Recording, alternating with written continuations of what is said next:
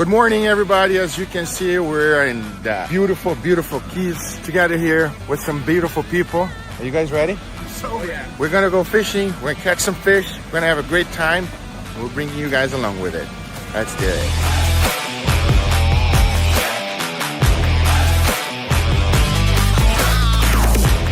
You gotta always protect yourself from the sun, everybody. The sun is the killer, the silent killer here in the South Florida Keys. And that right, Brad? I bought this shirt just for today.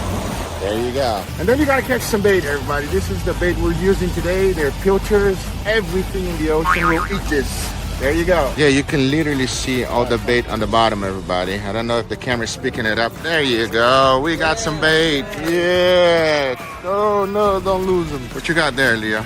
Got some bait. We got some bait. First time fishing. Is it your first time catching bait? My first time catching bait, my first time touching a rod, my first time doing all of this. 90% of fishing is having good bait. And now that we have it, let's head on out and catch some fish.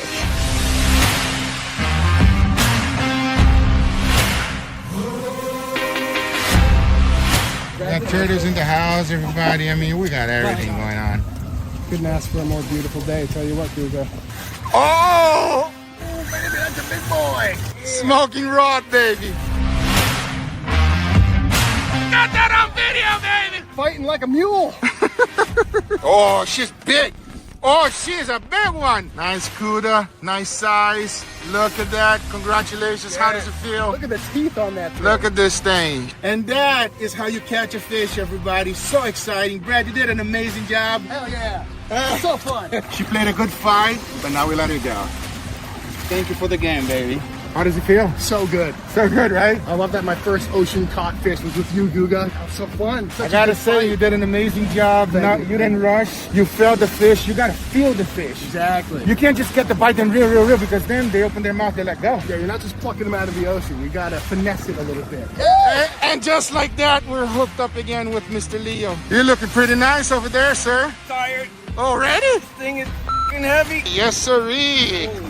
Ah, how does it feel, sir? Feels incredible. Leo, first fish? Wow. I'm speechless right now. I'm so shocked. I can't believe I actually caught something. This was an amazing experience. I'm so glad and grateful to be out here. Awesome. Give her a kiss, Leo. Give her a kiss. You see these teeth? I'm not kissing that. Well, look at the size of that one. Look at right here. There you go. Hey! We got the rod bending. Look at the teeth in this thing. I don't know who's more tired, the fish or Leo. It's definitely Leo. I don't know yet. Let's just say that we might be talking about creating Guga charters. I'm not sure. So that was some sporting fishing, but now we need some lunch. Right, Captain Juan? I got the good stuff. Yep, now we're gonna go get the good stuff. Deep sea fishing is just a blast, just as much fun. Let's do it.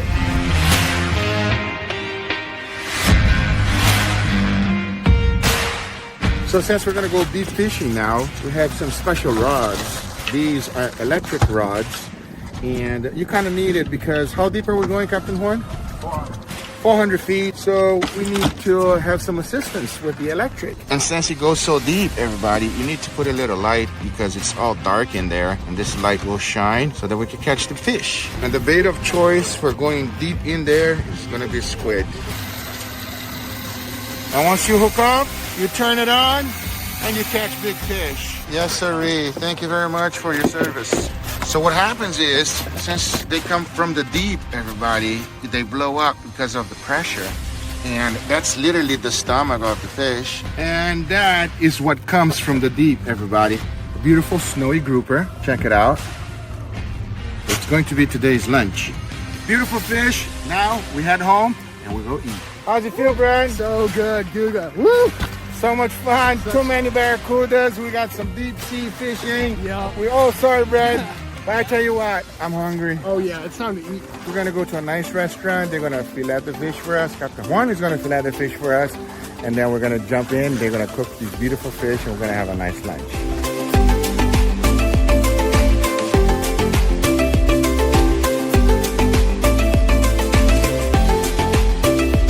Captain Juan killing our fish for us. I'm gonna now take it to one of my favorite restaurants in the Keys. It's called Lazy Days. And we're gonna have some lunch. So we got some clams right here, some potato skins, coconut shrimp, conch fritters, and Wow, I thought those were French fries. All right. Conch fritters. Never had it. You should. They're good. And that is the catch of the day. We have several different ways for us to try. 10 out of 10. So, how does your catch? So good.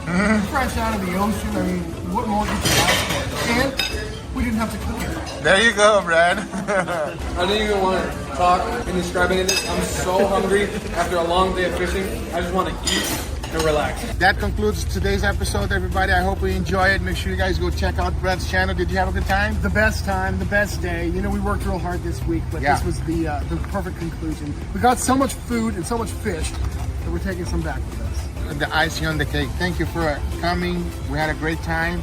I hope you guys enjoyed it. If you're not a subscriber, make sure you subscribe. We'll see you guys on the next one. Take care, everybody. Peace. Today we're here with my good friend Brad, and we're gonna go out to the best, the worst, the ugly Cuban sandwiches to find out which one is better at different prices. Are you ready, Brad? I was born ready. So enough talking, let's do it.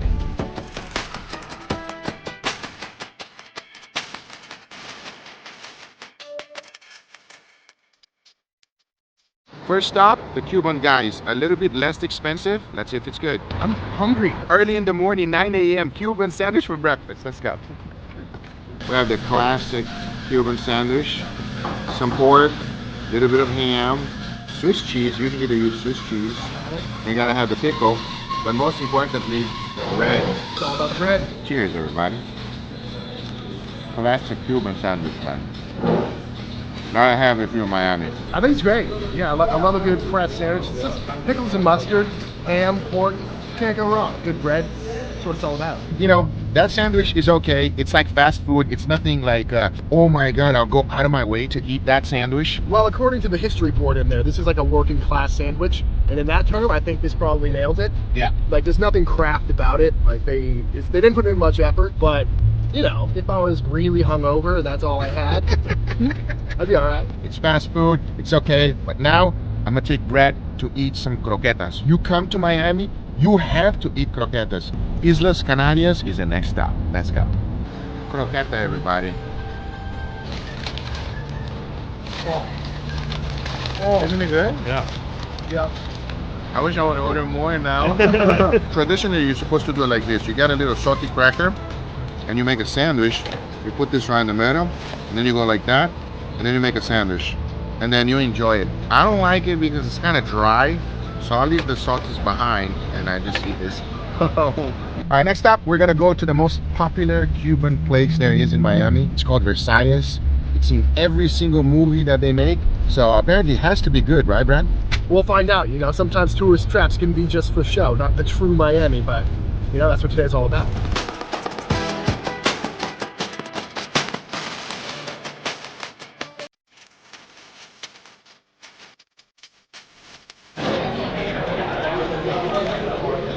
It's classic for a reason, right? I think this pork is really works. Yeah. Like, it's, like you can see by the bite, it described it was mostly the pork. It's kind of gray looking, kind of dry. So I think when I get in the middle, get some more cheese and pickles in there, we'll be all right. Yeah, they actually have a lot of cheese. It's very, very cheesy, mine at least. That was Versailles. I'm quite surprised that I ate the whole thing. What do you think, Kat? I think the bread here was a lot better than the last place, but the pork was a little on the dry side. I must have been real hungry, everybody, because I finished the whole thing. I was starving, I gotta be honest. Definitely not a bad sandwich. That's the reason why it's the most popular one in Miami. Right now we're heading to Sandwich, which is gonna be our last pit stop for the day. But before that, I wanna take Brad and Nick to Hometown Barbecue for them to give it a try. I've never been there as well. Don't know if it's good, but we're gonna find out. It's glistening. And let's see how tender it is. Ooh, it's tender. I'm pleasantly surprised. What do you think, Brad? I thought it was good. The brisket was tender. Could have used a little more smoke and a little more salt and pep. They're getting the cook right though, that's most important. Sausage was good, cheesy, all around. Solid plate. The queso though, wow. The brisket queso was fantastic. That was pretty much my favorite thing that I ate there. Pastrami pork belly, surprisingly delicious, even though it looked like it was a little bit crispy, but it wasn't. Yeah, it looked a little on the burnt side, but it had great flavor. That was the barbecue, great stop. I'm getting a little bit full, but we got the last restaurant to go to, and it's called Sandwich, and supposedly it's one of the best, even mentioned on the Michelin guide. I don't think I've ever had anything that's been recognized by Michelin Guide before, so I'm pretty excited right now. Let's give it a try right now. Let's go.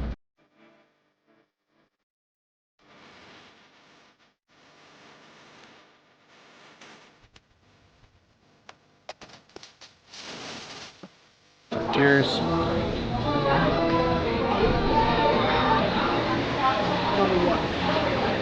Number one, man. I would come here on a regular basis if I lived in Miami. This, it was tasty. The bread is nice and fluffy. The amount of meat was good to me. The ratio was perfect, and it was extremely soft because they chopped everything up, unlike the other ones. I gotta say, this one was definitely my favorite. Brad, which one's the number one? Number one is Sandwich here. Number two? The Cuban guy. Oh, wow, expensive. I don't know if it was just the one I got at Versailles, but you know, the mustard and pickles were pretty much non-existent. The pork was really dry. I don't know. It just didn't do it for me. They're all okay, but the sandwich definitely, at least to me, tasted better. I hope you guys enjoyed this little tour of Miami Cuban restaurants. Cuban sandwiches, not restaurant. If you did enjoy it, hit the thumbs up. If you're not a subscriber, be sure to subscribe. And we'll see you guys on the next one. Take care, everybody. Bye-bye. I love Greek food. It's one of those cuisines that just hits different. There's so many different variations. We got meats, vegetables. It is absolutely delicious. And on today's video, I am ready to learn from a true master. Guga, stop the talking. I want to school you. Let's go. Okay, nice to meet you, chef. Nice to meet you too. Thank you for having me. Thank you for your coming, and I will teach you the first today, the best. The best, Greek food, authentic. Authentic. Okay, a lot of meats, yes? Yes. I want to eat meat. No, not too much vegetables. Is that okay? Yes. Strong meat. Yes, yes, let's go. This is Chef Yanis. He has over 30 years of experience cooking Greek food. With several different restaurants, Menake Greek Bistro has a huge menu of different varieties of Greek food. And even though I did ask him for meats, we're not only doing that, as he really wants me to embrace the taste of Greek food. I have to starting with the moussakas. Okay. It's the traditional Greek food. It's the food for the village because long times ago they have a lot of vegetables and they looking to find how to eat. But it has meat too or no Of meat? course, of course. Okay. Beef meat sauce. Okay, let's go. Have to put a little bit oil. As we all know, vegetables don't have a lot of flavor, and the first thing he liked to do is to get a grill nice and hot. This is the dish they came up with to use the vegetables that would normally be thrown away. And the idea here is, since vegetables don't have a lot of flavor, putting a nice char on them is the way to go. Here we have eggplant and zucchini. He also uses potato, which that goes on the deep fryer. Which fried is always better, we know that. There you go, we got a nice golden potatoes. That's what we want. Oh, they look good to eat already. Took no time at all. To make this dish, the second important thing is a bechamel sauce, but he does it quite different than the way I do it. Milk, a lot of butter Butter is good. for the flavor. That's right. Oh, interesting. You see how he does everything at the same time. Normally you do it separately. Oh, and it goes right into the fire. Well, it's about 4 minutes. And after that, I have to put the flour inside to make the creme. See, I'm always learning. Normally I do butter and flour first and then I add the milk, but he's doing everything at the same time. I've never done that before. The way I normally do my bechamel is that I make a roux first, which is you cook the butter and flour, then you add the milk towards the end. But in the restaurant business, they don't have time for that. But in his recipe, it saves you all that time, as he throws everything into the pot all together. And as that was going, it was time to build the moussaka. You build it with potatoes first, followed by the veggies, and a generous amount of the meat sauce, which he had already previously done. And he told me it's just like a ragu.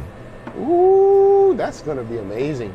The smell that is coming out of this thing is awesome. Going back to finish off the bechamel, he immediately throws in all-purpose flour. But then he adds something I've never seen before, which is eggs. He throws 2 of them and a generous amount of cheese, straight up mozzarella. And once you mix everything together, that goes right on top of the meat sauce, followed by a tiny bit more of mozzarella. In the oven at 350 degrees Fahrenheit, 15 minutes. On this restaurant, I know you had several. What is the most special dish for you? Whatever I say, I don't be fair for another. You see, it's gonna be unfair. Everything then. You Yes, like everything? Everything is good. Everything is good. I'm doing everything with a passion. This is important for me, and I think so. Everything is good. I think it's important what you just said. As long as you make it with love, Yes. the food is gonna be Important. good. It's important. That is everything. You cook with love, the food will taste better. You agree, chef? 100%. All right, so we got this ready to go. Now he's gonna chop it up, and it is ready for plating. Oh, wow. That looks incredible. Parsley goes in. Smells amazing, never had it, excited to try it. Moussaka was the very first dish he taught me how to make. I cannot wait to taste it, but we have a lot more things to go. Now we have to make churrasco kebab. My favorite part, skirt steak. We take one, yes, Remove a little bit of the fat, but not too much, right, not too Chef? much because the fat is good. Fat is flavor. Yes, Chop it up in small pieces. I prepare the lamb also Oh, the lamb. Oh, perfect. They go together. to make the lamb kebab. Yes. Got it. And what is this, leg of lamb, This Chef? is a leg of lamb, less boneless. It's more easy. We clean a little bit for the fat. Cut it up in small pieces. Yep. Are you ready? I'm ready. The first I have to put the season. This is salt. Only salt and garlic. Generous amount of Don't garlic. care about the garlic. Yeah. Give a lot of flavor. Not very good for vampires. No. And olive oil. Interesting. Wow. Salt, garlic powder, olive oil. Exactly. Interesting seasoning. I'll do this one, Yes, Chef. please. This is an interesting seasoning. I've never used just this combination before. Nicely seasoned with a generous amount of garlic powder. Oh, I like that. Now, have to cut a little bit peppers. One piece pepper, Pepper goes in first. and then you put the one piece meat. Doesn't matter, Chef, anyway. Perfect. Got it. I think so, you know. I think so, you know, and then you're kidding me. Maybe I made once or twice. Notice that he didn't cut it too thin to dry it out, so it's good, nice and it's thick. Good. It's good. Right, Chef? If you cut it too thin, it's gonna dry out. Exactly. And then we have a nice kebab. That's mine, and that's the chef's. Almost looks like picanha. Ah, let's go. What's interesting is that we're gonna let this rest for a little bit so that the salt can penetrate. You don't want to cook it immediately. It has to stay here just for a little bit.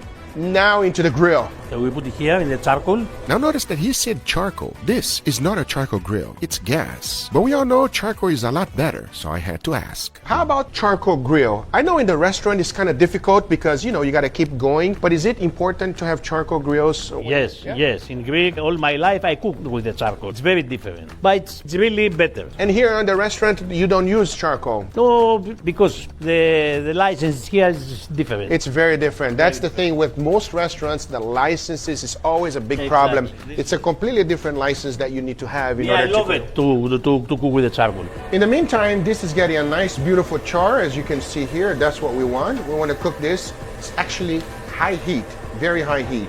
If not, it's going to dry out the meat if it's too cold. We want to sear this really at high heat, and it's going to cook at the same time. Once the doneness was achieved, it was time for the assembly. He serves it with tzatziki sauce, followed by some onions, tomatoes. Then, as a side dish, we went ahead and made some French fries, straight from scratch. Once that was done, it was time for the seasoning, which the seasoning is salt and a generous amount of oregano. Now you add that to the plate, and of course, to finish it off, the star of the show, the kebabs. And And- that looks amazing. Lemon sauce. Now that looks phenomenal. What I like to call it, 10 out of 10. Who wouldn't like this? Who wouldn't like this? Everyone will love this. Yep, this is my style. Meat and potatoes. Everyone will enjoy it. But did you know that seafood is also very important in Greek cuisine? He went ahead and taught me 2 quick seafood dishes. He chops up some garlic, some onions. Onion and garlic goes into the pan with some butter and oil. And then shrimp, little bit salt, and always I put a little bit flakes pepper. Tomato sauce goes in. And I put 1 spoon cheese feta. Sauce is finished. Tiny bit of parsley is on the top. So this is a dish by itself. Shrimp saganaki. Looks incredible. I put the pasta inside. Butter, little bit oil, Onion and garlic go in. Scallops, some shrimp as well. and I put also calamari. Pepper flakes goes in. Little bit salt. Toss that up real good because it's going to cook quite quickly, everybody. A little bit of wine. Tiny bit of tomato sauce goes in. And the pasta is ready. Now we just got to plate it up. But that is the seafood pasta. We got the shrimp dish, which smelled fantastic. But when he was about to finish the pasta dish, we almost got into a fight. No. No sobe. Sorry. Sobe, bad idea. Okay. I'm sorry. I'm sorry. And that is our pasta dish. I cannot wait to taste this. Seafood pasta. Now, I don't understand why seafood is not as popular, because I love it. However, we need to go back to the meats. Next, he wanted to show me his favorite dish. It starts off as ground lamb, which he seasoned with a tiny bit of tomatoes, cumin, salt, pepper, and a tiny bit of spiciness. The key to cook this, however, is extremely high heat. That way you gotta char quickly without overcooking the whole thing. It takes no time at all, because to plate it, you gotta add that important sauce. And tzatziki sauce? No, sir. Tzatziki. Tzatziki. Tzatziki. Tzatziki. Exactly. Ah, okay. Tzatziki. Say it right. Of course, that has to go right on top of some freshly fried fries. To finish it off, some oregano and parsley. This is his favorite dish on the menu. And there we have the lamb kebab. Smells amazing, chef. Is this your favorite? Yes, it's my favorite. Everything about the grill, it's my favorite. Really? Everything about the grill. No vegetables. No vegetables. Vegetables is, by the way, for the cow.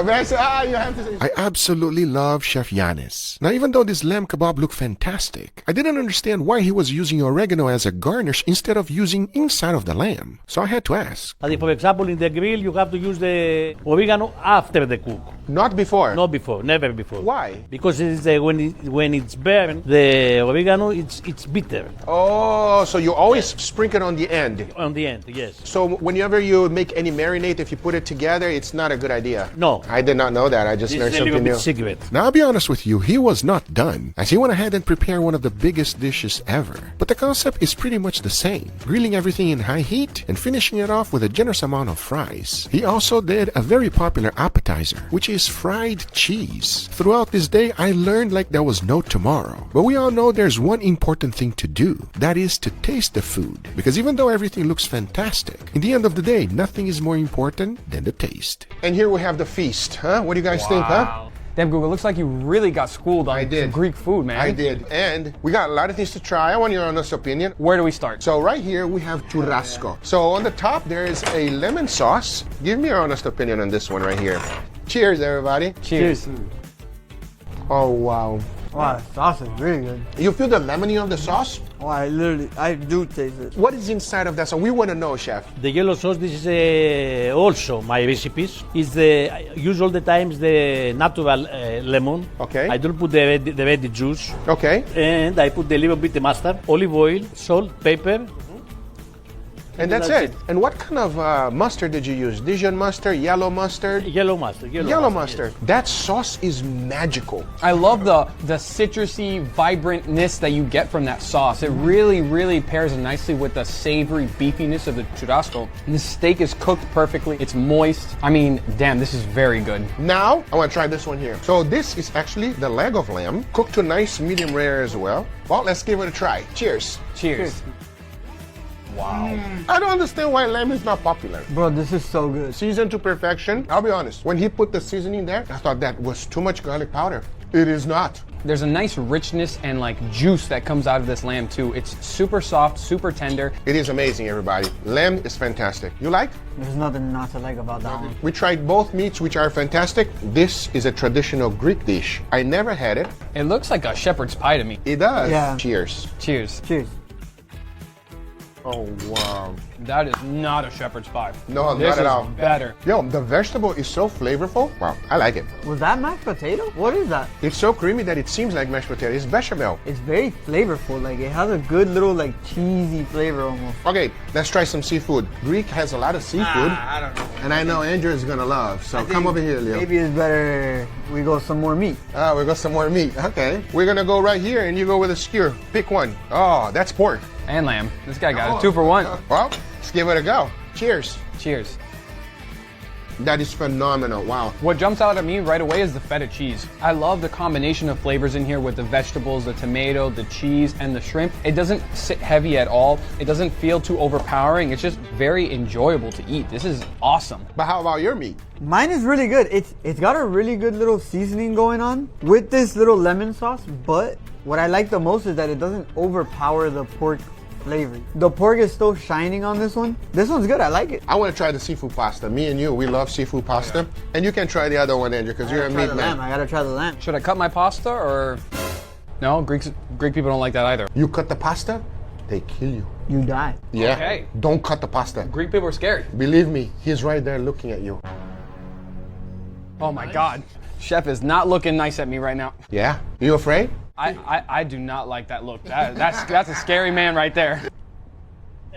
Good, good. All right, enough talking. Cheers, everybody. Cheers.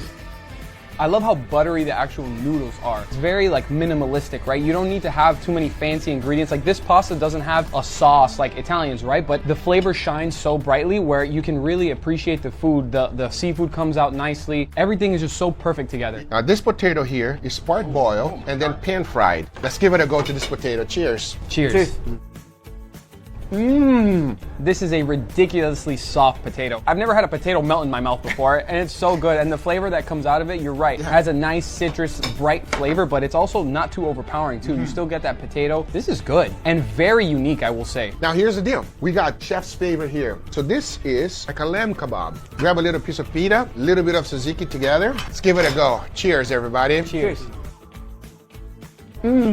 That's the way it should be. I also love the little char on the top. You feel that little char? Yep. It almost feels like it was cooked on charcoal because it's charred up nicely. Yeah, it almost gives it a smoky flavor. It's like the same feeling, but not the same flavor. I think we gotta go in for this cheese. Gooey, fried cheese like provoleta. That's cheese? That is cheese. Let's go ahead and dig in. Well, let's give it a go on the cheese. Cheers, everybody. Cheers. Oh, wow, that is amazing. A little tanginess on the cheese. You feel that? Very interesting flavor and texture too. It's like almost crumbly and gooey at the same time. He said that it was a special cheese and it's different than normal. I've never tasted anything like that. That is phenomenal. That's delicious, and the cheese pool that you get on this. It's good, right? Okay, out of all the dishes, Leo, what was your number one? What was your favorite? I think the kebab. The churrasco kebab. How about you, Angel? The ground lamb kebab. I just like how it goes with the bread. It just goes so well when you bite it, so fluffy. I'll tell you one thing. If you love meat, Greek food is the way to go, everybody. It is absolutely delicious. I think you'll be pleased with any of the dishes. And you can tell that the chef really put in some effort teaching me. Most importantly, come check out this restaurant. I'll put all the information on the link on the description down below. It's in downtown Miami. Go check them out. I hope you guys enjoyed this video. If you did, hit that thumbs up. If you're not a subscriber, be sure to subscribe. And we'll see you guys on the next one. Take care, everybody. Bye-bye.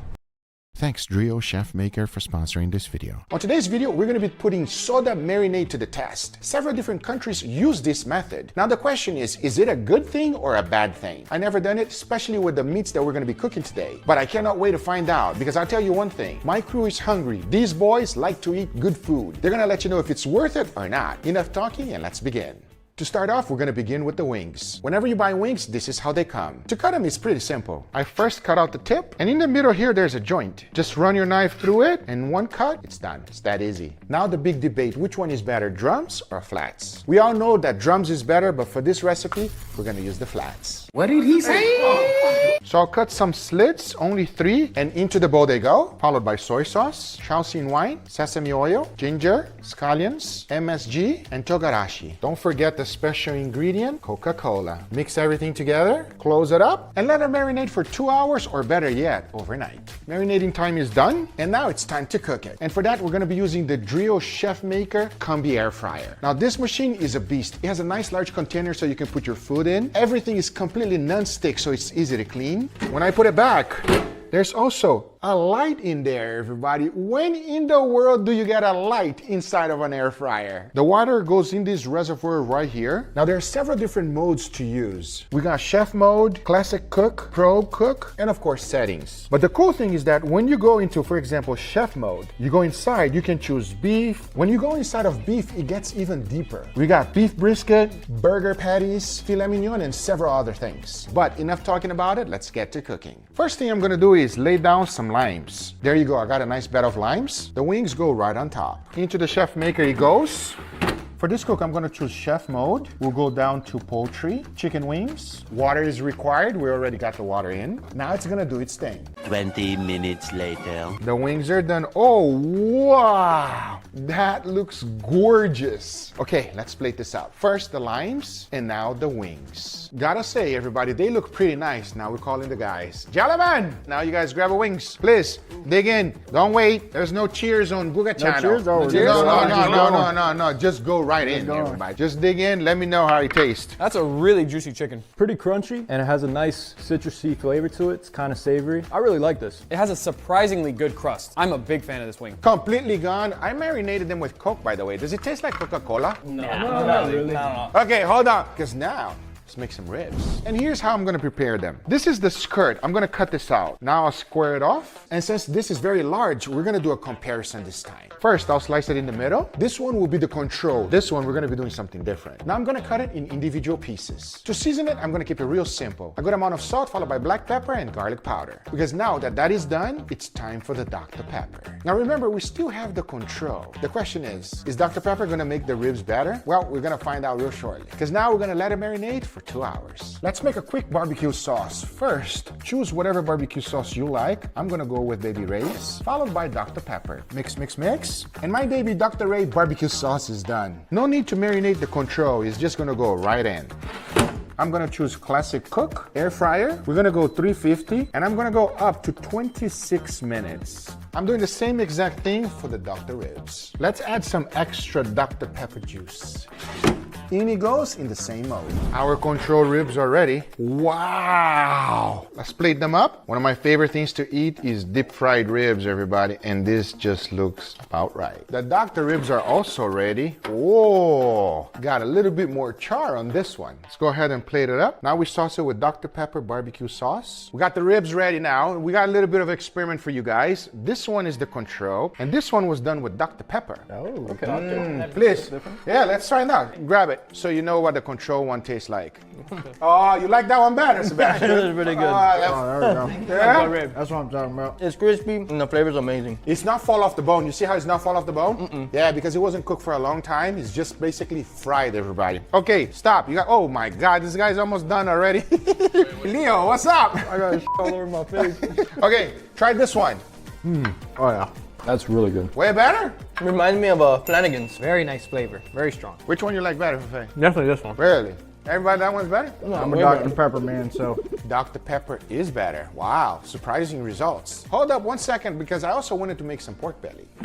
I don't know about you guys, but I absolutely love pork belly. Wow. Oh yeah, nice caramelization. Let's see what the guys think. Pork belly, gentlemen. I know everybody likes pork belly. Please grab one. It's a weird looking pork belly right here. Hold on, is that pickled onion right there? Yeah, it's pickled onions. Save some for me. All right, thank TK. You got the best one. Holy fire. Wow. Is it good? Oh my God. Pepe? Yeah, very, very good. Describe the flavor description, guy. He don't want to even talk. See, on Guga Foods and also Sous Vide everything, he talk a lot, but on Guga channel, he just want to eat. I was literally waiting for everybody to cheers, and then I was like, why is everyone eating? And I'm just stuck with my food in my hands. I really love the sear on the pork belly. It has a great flavor. It's really juicy too as soon as you bite into it. I am a huge fan of that. Delicious. We got some good results with the Chef Maker, everybody. If you are ready to get yours, everything will be on the link in the description down below. Make sure you check it out. Who would have thought marinating with sawdust? Not that bad. I hope you guys enjoyed this video. If you did, hit that thumbs up. If you're not a subscriber, be sure to subscribe. We'll see you guys on the next one. Take care, everybody. Bye-bye. What's up, everybody? Today, I got the Outdoor Boys here with me. Thank you guys so much for being here. Our pleasure. Thank you for having us. Thank you for having us. Absolutely. We just had some steaks. Did you like it? Yes. Delicious. Good, good, Best good. steaks I've ever had in the world.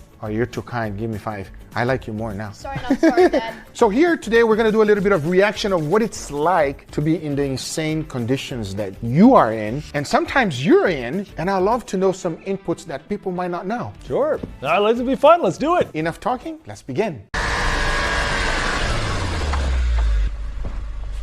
Luke here at the Outdoor Boys YouTube channel, and I'm here in the frozen tundra of Alaska. And for the next 3 days, I'm building bushcraft shelters, sleeping under animal hides, dealing with broken equipment, and I'm bringing you guys along for the ride. Can I say something? Yeah. You are insane, brother. Wow, that scares me just by looking at it. How did this start? Like, I don't know. I got into doing a few camping videos and they did well and it just sucked you in. You know how it is. are you afraid at all of being outdoors at all, or nothing scares you anymore? It's been a while since it scared me. It's been a while. There's certain things that occasionally scare me, but just being out in the woods, no.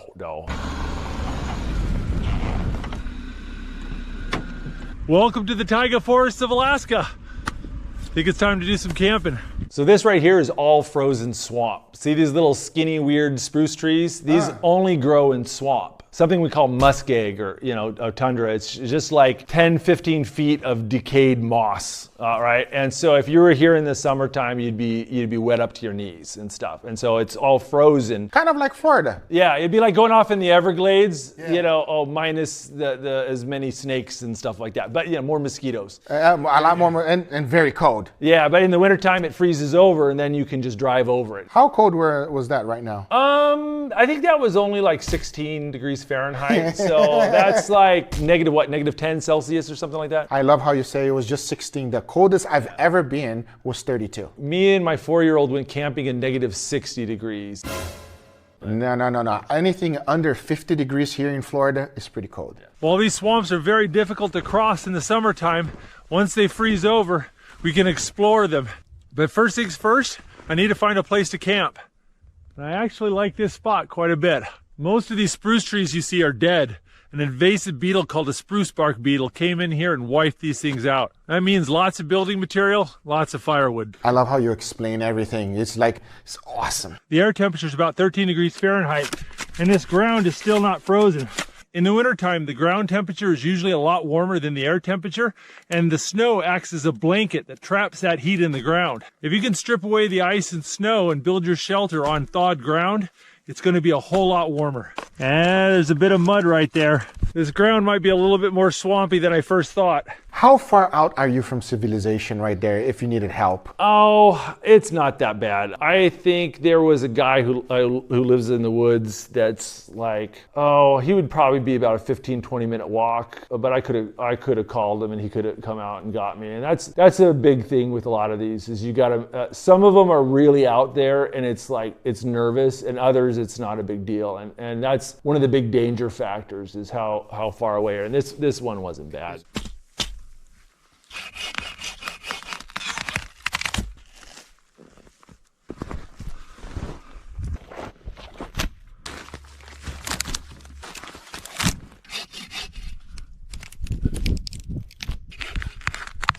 With filming and cutting everything, how long did it take you just to prep the trees? That's a good question. Wasn't terrible this time. That's one of the big things why I need to find a place with lots of dead wood, because the biggest time factor is carrying the wood back to camp. So if you're having to go out and search for a dead tree and you're spending 5-10 minutes searching for each tree and you need 20 trees, that's an hour just walking around looking for trees, and you only have 6 hours of sunlight. So, that's not good enough. So this was I could get all of these trees within almost sight distance of my camp. And so I knocked it out pretty quick.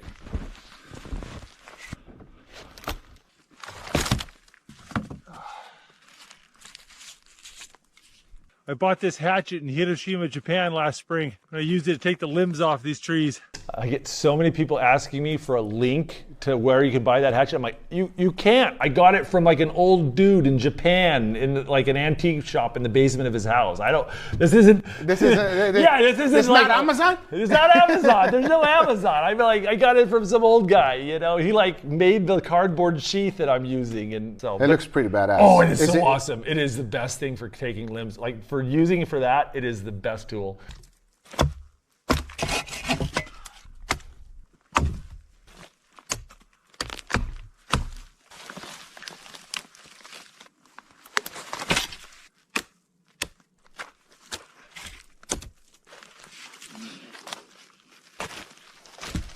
You can see it's already getting dark. Yeah.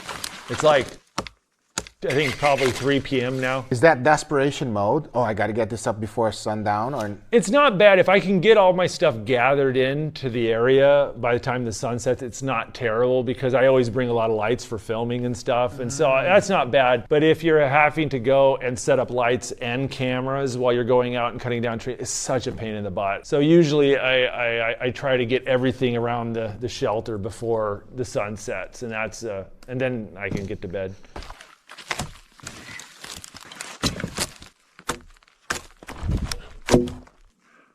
It's 3:50 p.m. Starting to get dark. It's this close to the Arctic. We don't get a lot of sunlight. Well, I better bust out my lights.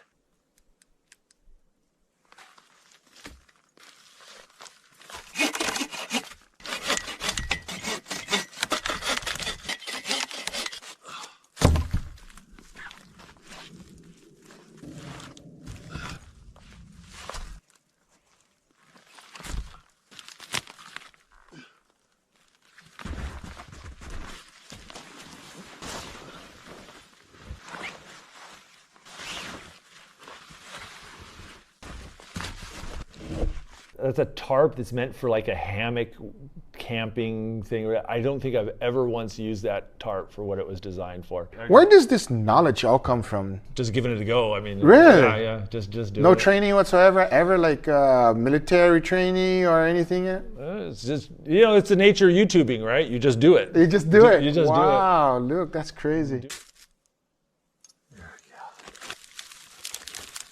Yeah, that's working. You can tell everything's wet when dead pine doesn't want to burn. Little fingers are getting a little numb. I get all the snow out of my hair. Oh, that feels amazing. I can feel your happiness there. Every time you say something on your videos, oh, that feels amazing. I was getting tired watching this, like, oh gosh, that was so much work.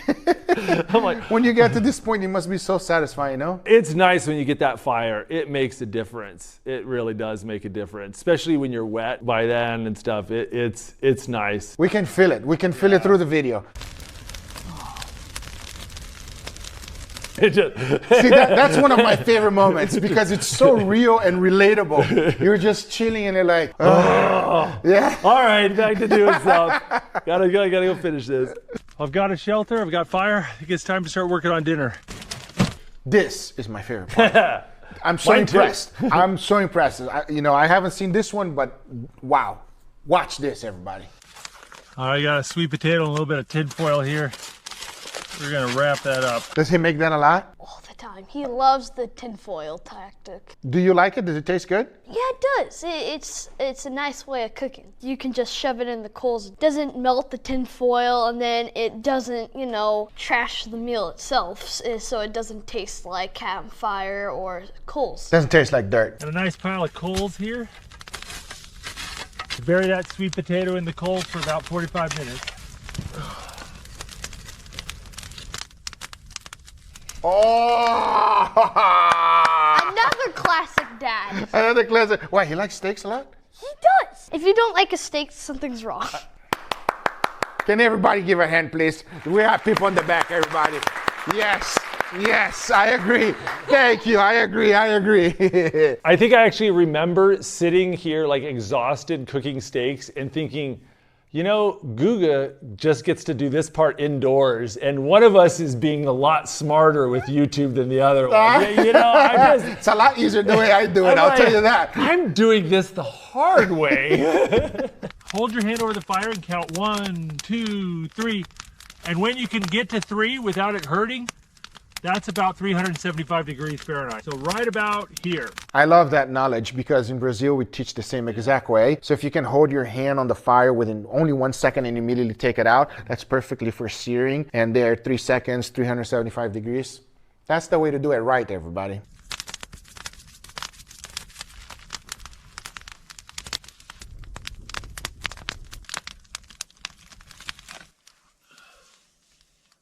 As the fire kind of changes, you need to adjust your meat. I like a little bread with my steak, so I brought along some bread dough. Bread dough. How did that come along? I can't remember. I remember I've always wanted to get good at making bread, and I think I actually saw a YouTube video where like some old lady or something was making bread off in Eastern Europe. I'm like, I'm doing that, and so on a campfire. On a campfire, gosh darn it! And so I just started doing it. I can't remember. It's been a while. I've been doing it for a while. I can't remember exactly where I started doing that, but then I just started doing it a lot, and it's really good. And it's just like if you're had a long, hard day, a fresh loaf of bread is hard to beat. It's very difficult to beat that. Yeah. I agree 100%.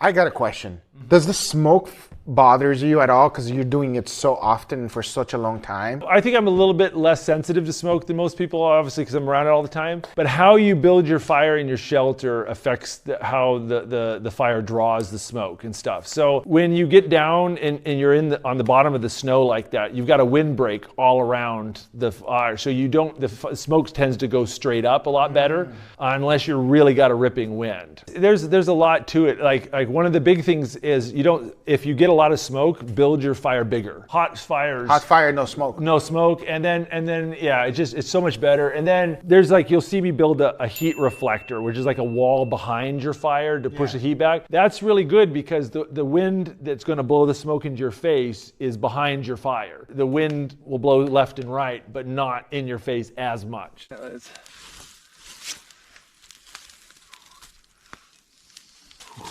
Oh, that's done. Put that there. You see, if I was making that, I would eat every single one of them individually. Your dad waits. That is a YouTube thing. It's 13 degrees out. You know how quickly your food gets cold at 13 degrees? But you want to put the whole thing on the plate. You want a nice plating. It just looks awesome having the whole thing on the plate. You got to do it. Plus, I like to eat a little bit of sweet potato, a little bit of You want to have a meal, not a little bit of snack. Yeah, you know, stuff. But I eat cold food more often than not with that. Let's take a peek. Oh. No, that's looking pretty good. What do you mean pretty good? That looks awesome. That looks delicious, but I bet it's not as good as yours. Ah, you're making me blush. I'm completely okay with it. I tasted your steak. I think I've been doing it wrong my whole life. Oh, no, not at all. That looks delicious. Some honey and butter I'm gonna put on there. No, we gotta talk about this, because this is like your signature now. Apparently, I had nothing to do with that. All of a sudden, people are like, honey butter's like a thing. I didn't know that was like a big deal, but like, that's your thing. He's the honey butter guy. I guess so. I guess so. When I saw your video for the first time, it's so relatable to me because for breakfast, I always have honey and butter, no matter what. And so as soon as I saw that, I was like, we're gonna be good friends for a long time. Hey, it is good food. Sweet potato is so mushy. It's exactly how it should be. Gonna put a little cinnamon on my sweet potato and on my bread. Cinnamon and on potato, it's like, you ever went to Texas Roadhouse? Oh yeah. And they have the cinnamon, the cinnamon butter, yes. Oh my God. My wife buys that by the tub, and like it's always in our fridge. It's so good. It's so good. It's so good. Medium rare, sir. Congratulations. Look at that. How'd you use the thermometer? I'm just one with the steak. It looks delicious, and I will eat that right now. It doesn't look like you're in the middle of nowhere. It looks like a lot better than a lot of steakhouses I've seen. I'm just saying you are a walking steakhouse. Did you like the steak? It's the best steaks I've ever had. How do you like your steak? Because before you didn't like it, you like it more well cooked. But then this time you tried medium rare. Was it still your favorite now? You make medium rare taste like it's the best thing in the world. And you cooked it. A lot of the steaks you cooked it. Yeah, you did a good job, Tommy. I expect you to cook like that when you get home, man. My mama's going to be proud of me. Yeah, she sure is. We got sweet potato and cinnamon, honey butter and bread, and 2 massive chunks of seasoned steak. That don't look cold. No, the steak was good. That one did pretty good. I think the bread was a little cold. That is good.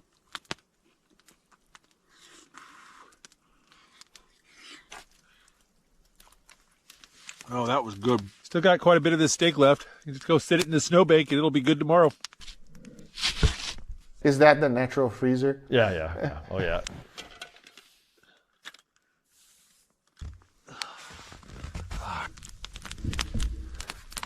Well, now that we've had a fire in here for several hours, we're starting to figure out what the ground situation is. Over here, it is really soft. Like, look at this. That is just a big swampy spot right there. So I think we're gonna end up sleeping on this side. Well, it's pretty clear that I need to make a bed. If I sleep straight on the ground, I'm gonna get soaking wet and frozen. I'm refilling my water jug just a cup or 2 at a time. Gotta melt a lot of snow to get 2 liters of water. I've only seen snow twice in my life. So for me, it's mesmerizing. So you gotta melt that much to have that little of water. Yeah, that entire thing full of snow probably was like this much water. So it's not a lot. It depends on how dense the snow is. Yeah. If you get like really heavy, wet snow, it's better. And no yellow snow. No yellow snow. That's not lime. I didn't bring any sleeping bags or sleeping pads, but I brought my caribou hide. Caribou have these thick, hollow hairs. They're really warm. You double a caribou hide over on itself, it's pretty thick. That's a meat I never had, and I almost tried everything. Is it good? Yeah, I mean, it's lean. It's like wild meat. Is it gamey? Gamey. All the ones I had weren't, but I think it depends on how you process them and what time of year. But actually, if I get up to Kotzebue or something next time, I'll try to grab you some caribou steaks and send reindeer steaks. I love to send try them down to you. They're my personal morning game meat. Really? They make a killer sausage. Best thing on the planet. Wow, better than steak. Way better than steak. Wow, I'm impressed, and now I have to try it. Actually gives you some cushion and lots of insulation. Let's see how lumpy this is gonna be. Oh. Wow, I'm tired. It's almost 10 o'clock. I'm pretty tired. Well, instead of a sleeping bag, I'm gonna be sleeping underneath a bison hide tonight. I use the bison because it's one of the few animals big enough to cover me. I'm kind of a big boy. The nice thing about using animal hides when you're sleeping next to a fire is that these won't burn up. Sparks can land on them, the fire can get real hot, doesn't matter. You'll wake up long before these things catch on fire. It's gonna be very cold tonight, and my water bottles will freeze solid if I don't keep them near the fire. So I'm gonna put them just right down here.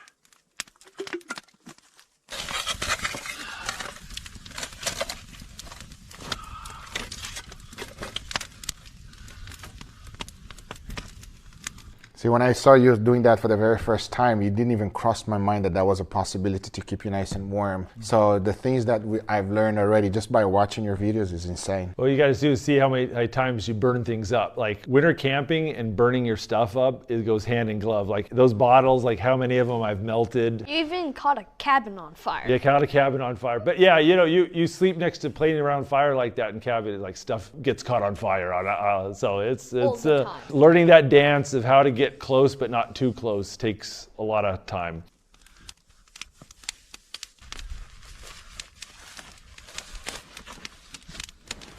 Those booties, you use them all the time. They work? They're wonderful. Really? They're wonderful. They even got padding on the bottom so you can jump out, run in the snow, you know, use the bathroom. So it's nice and they make your feet hot. Hot might be overstating it, but they're nice. It looks like it's just a piece of plastic, like a garbage bag. They're like a down jacket. You know those puffy down jackets? Same thing, but that's what it is. Yeah. But for your foot. And so they just they crumple down like super small. They weigh nothing, but they keep you pretty warm. So I mean, if you're kind of like a luxury item, like I'll be on campouts where I'm like roughing it and I'm still bringing my booties. That's kind of my luxury item. It is late and I am tired. I will see you guys in the morning. Oh, good morning.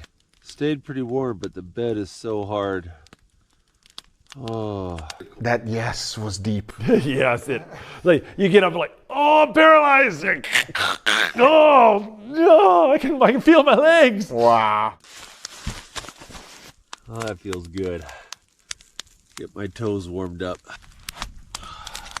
Frozen boots. How many times have I put on frozen boots? Gonna warm up the honey butter.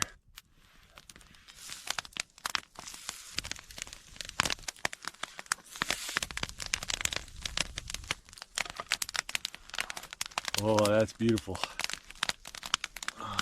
Got melted honey and butter. I'm gonna shake that up. Fresh warm bread and honey butter.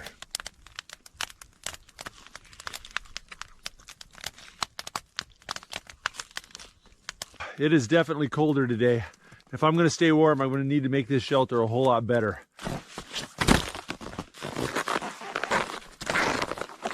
Let me show you something weird about snow. You can see this right here is the path I made with my snowshoes yesterday. You can see where yesterday I walked on it without snowshoes and I sunk in, but today it's rock hard. Now, one of the things people who grew up around snow, you can tell the temperature by how the snow sounds. Yeah, so like you can hear it how it's like kind of styrofoamy stuff like that. Yeah, so you can tell it's about 0 or so around there. And when it gets really cold, it'll squeak. It'll get really squeaky. So just by stepping on that, you know how cold it is. You can really sense it. Just like and even if a lot of people can't articulate it, if you grow up around the snow, you can just sense like when it's snowy but it's not that cold versus when you get that deep cold. You can just, the snow looks different. It feels different. It sounds different. Wow.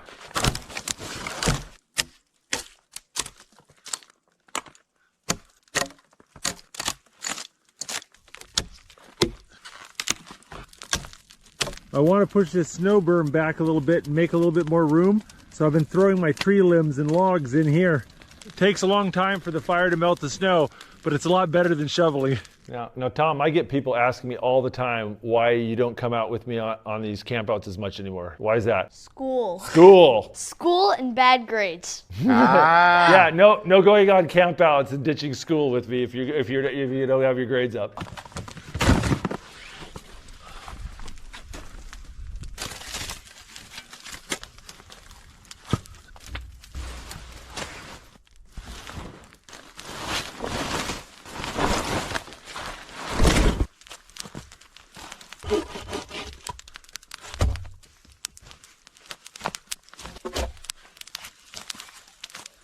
Yeah, that pit was so muddy. I don't think I communicated that well in the video, but my boots were getting wet. Soaking wet, and that's one of the worst things about, when you're cold and wet. And then everything freezes in the night too. If your boots are wet, then they're like just go rock hard. If you can get them cold when they're dry, it's not so bad. It sounds like it's miserable. It can be. There's a lot of things I like about it better than summertime camping. I kind of like it when the weather feels like it wants to kill you a little bit. It's nice. Agreed. That explains a lot, yeah. Right? I feel that same way too.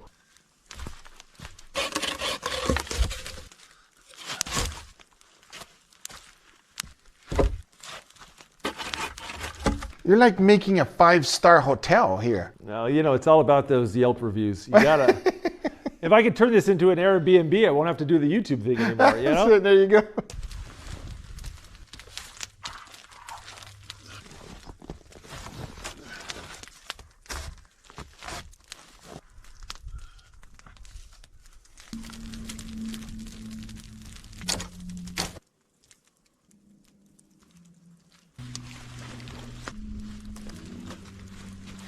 One of the things I just wanted to say is when he does this clips, you can look in the background and just watch how different the lighting goes. Yeah. You can see the fire change and the light change. It's just cool. It's been a long time. He's doing that for a while. Yeah, you can see the passage of time on it.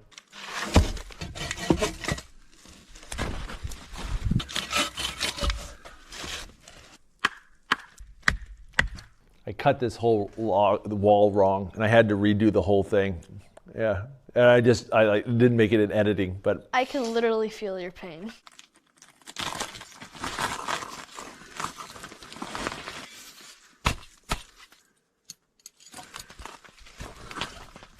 I wasn't too sure how warm this shelter was going to be. I was really hoping this would work out. Just like that, you took out a stove. Was that in the truck? Yeah, it was in the truck. I was like, wait, how did that come along? It was a Traccoon.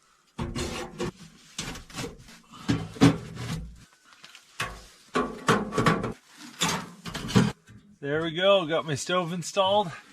Hopefully this will keep me nice and warm.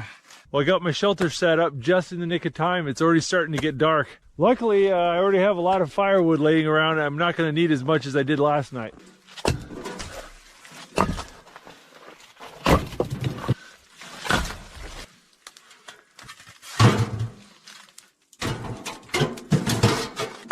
I am almost completely out of water, so we're gonna go melt some snow. Been getting a lot of pine needles and pine cones in my drinking water, so I'm gonna go find a spot a little further away from the trees.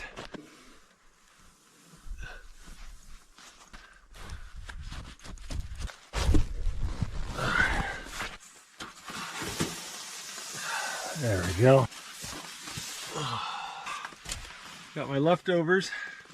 Woo, it is frozen. If you go out into rural Alaska, you go out in the bush and stuff, people will shoot a caribou and something, they'll leave it in their front yard and just cut pieces off it and just kind of save it and stuff. And you'll like go to Kotzebue and walk down the street and someone will get a couple caribou and they'll just be sitting in the front and, they come out in the wintertime. Yeah, it's just your big freezer. The big freezer outside. Big freezer Safe outside. Space. Yeah. Wow. It's Casual Tuesday. I'll just put it over here. Hopefully it'll thaw out. Well, it's about 5 o'clock and I'm in for the night, so I think I'm going to start making some dinner. All right, I got some black beans here. Shout out to my Brazilian peeps, beans and rice. Woo! It's so mind-blowing to me that you're cooking this over there. Oh, and these onions are frozen.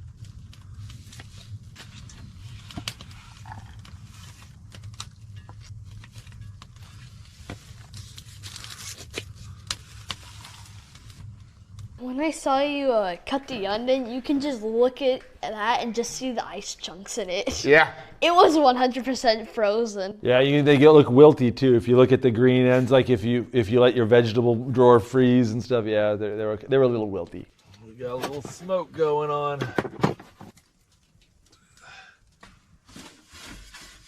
The logs over on that side were starting to smolder.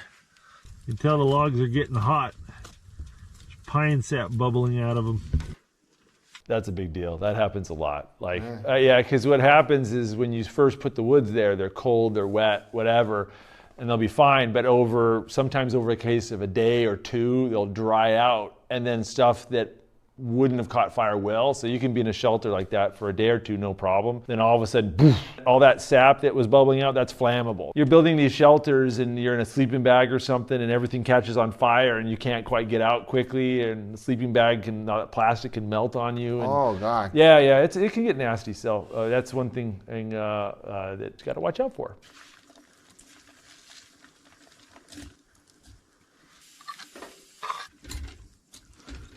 Oh yeah, that's thawed out nicely. It's warming up well. I've never had a steak frozen and then eaten it after. Is it good? It's not bad if you do it slow. Yeah, and what you want to do is you want to cook it a little pinker than you would like, because it's gonna. That way, when it reheats, it's kind still of okay. It's still not well done, you know. Yeah, right. Yeah. Makes sense. All right, just added some rice. Starting to smell so good. Question: you have to live without one, rice or bread? I live without bread. You live without bread. Rice. Me too. You? Bread. Yeah. I don't want to lose a sandwich. It's still pink. Not too bad. Not too bad. That looks so good to me. I can eat that all day, every day. Put a little hot sauce on there. I'm so hungry. This smells amazing. Oh. I feel that. I feel that happiness. Look at the portions too. I mean, that is, I had 3 of those. I plowed just through the food that day. And I tell you what, beans and rice are an amazing camping food. Not only are they delicious, it's non-perishable and takes up hardly any room in your backpack.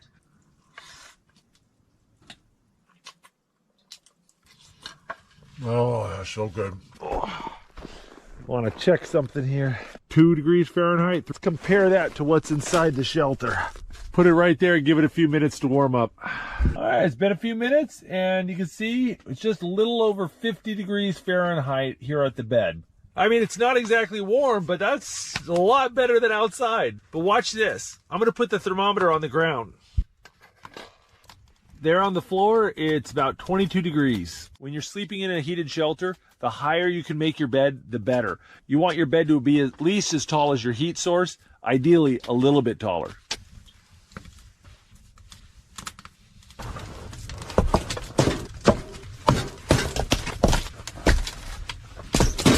Well, I've been in the shelter 5 hours and I've already gone through 2/3 of my firewood, so I had to go out and cut some more. Oh. I think it's time to go to bed. I'll see you guys in the morning.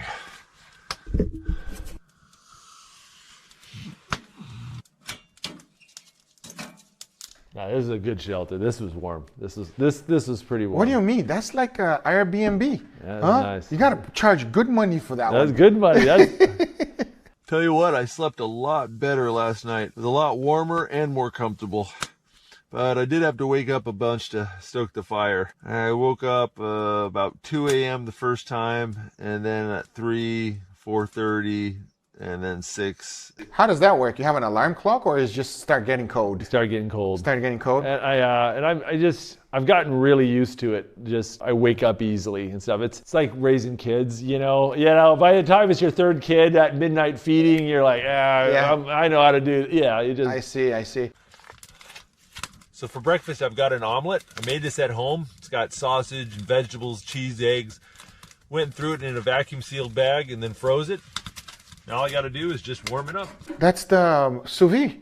Yeah. Wow. Yeah, that's what the dog mushers do. This is, we did a video with some pro dog mushers last year, and they just use some sterno or heat, basically, and they basically have all their meals like this and just warm them up. Doesn't that look good? This is so much better than dehydrated. That one don't look good. Yeah, that one don't look as good as the steak. The steak looked nice. It did. That was a stretch. All right. Well, I think it's starting to get up and face the day. Oh, look at this. My pants are all dry. My mittens are all dry. I always bring backup food for a lot of reasons, and I had this bit of pork here that I didn't get to use, and I was keeping it underneath my bed to keep it cold. A mouse got into it. Yeah. It's not bears, it's the mice that cause you trouble. It's probably a vole or a lemming. I just cut off that part. It's still good. I just cut out that part. It's still good. Still good. It was. I already ate that. That was good. Yeah, it was good. I have more trouble with mice than any other animal, hands down. And the longer you camp in one spot, the worse the problem becomes. It's like more and more mice find you. When the mice get really bad, they'll start coming in at night and grabbing your hair and pulling out bits of your hair to make their nest. It's Oh, hell no! What are you worried about? No, I don't know. I just don't like them touching me. Oh, don't touch me. No. Oh, it's 10 a.m. and we're just in time for the sunrise.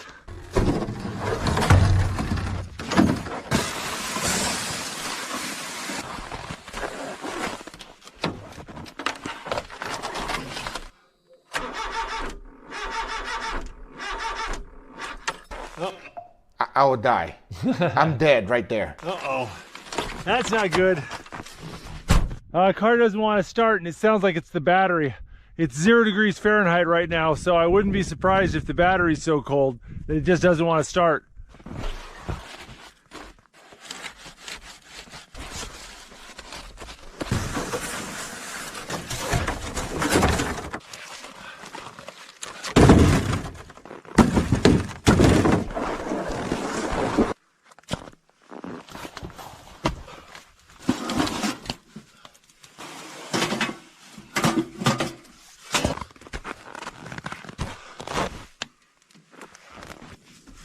That is genius. I just need to raise the temperature of the battery like 20, 30 degrees. I don't need to boil it.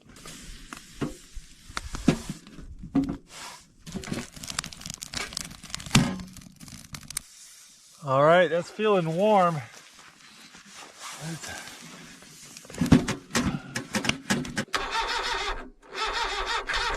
All right. Didn't work. Oh. Oh, you gotta do the engine now. Yeah. Oh. I'm gonna try to warm up the engine block and see if that helps. Fortunately, the engine block is way back. Isn't that dangerous? Yeah. This is actually probably the sketchiest thing I did on the whole trip, because Isn't that a gas pipeline or something? Oh, no, I'm not worried about that. What it is I'm underneath the car, and the car is being supported by snow, right? And I just dug the snow out. I didn't even think about that. So if the sides of the snow collapses and that truck lands on me while I'm kneeling underneath it, I get pinned to the ground and I just sit there and freeze to death or die or whatever. So that's not good. So use proper jacks and stuff when you do that sort of thing. Wow, I didn't even think about that. It's warm, but it's not hot. Obviously, this is a little bit sketchy. Got to make sure you don't catch anything on fire or melt any wires or anything. What you're trying to do is make the oil more liquidy. When the oil because the oil is literally frozen? It gets thicker and thicker and thicker, and then you can't pump it through the engine. And so instead of becoming a lubricant, it becomes glue. And so the starter can't make the engine run. And so by making it warm, it's you think about like olive oil. If it's in the fridge, it's a solid, right? And so same sort of thing. And you're just trying to make that oil liquidy. Oh my God. Ah. There you go. Woohoo!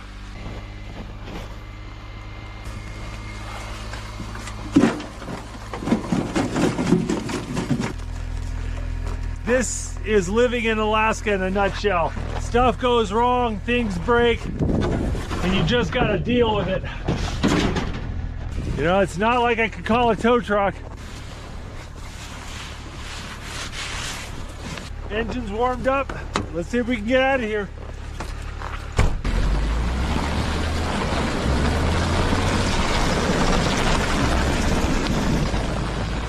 I absolutely loved it. I mean, I feel like just by watching the video, I've learned so much already. Thank you, Luke, for being here. Thank you, my brother. Thanks for cooking me an awesome steak. I learned from the best. Ah, there you go. Now it's maybe one day I'm going to visit you guys and you guys are going to show me around. Absolutely. Guys, make sure you guys go check out the Outdoor Boys. Everything will be on the link in the description down below. Give them a follow. Thanks for coming. Thank you for being here. Thanks for telling me all this backstage stuff. It was absolutely awesome. Oh, thank you very much. It was a pleasure. I hope you guys enjoyed this video. If you did, hit that thumbs up. If you're not a subscriber, be sure to subscribe. We'll see you guys on the next one. Take care, everybody. Bye-bye.